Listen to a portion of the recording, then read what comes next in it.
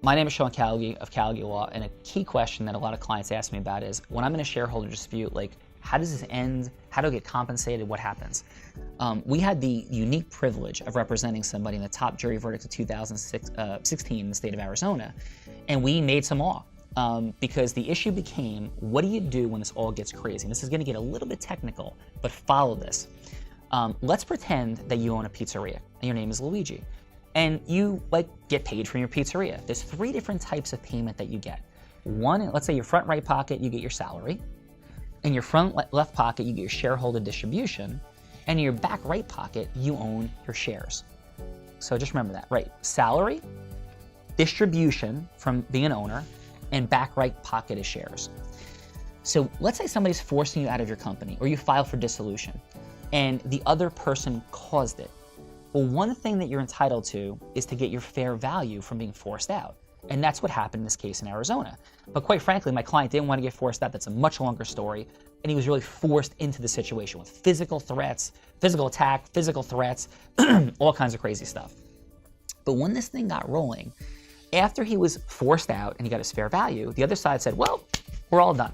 And we said, no, we're not all done. Because all our client got was his fair value. And that's the back right pocket for his shares. What he didn't get is the salary he lost, and he didn't get his lost profits. And they're like, well, he got bought out. Like, but yeah, he didn't want to get bought out. He got bought out because you forced him out. Now, different than fair value, you have to compensate him for his compensatory damages for breaching your fiduciary duty. And here's the crazy thing.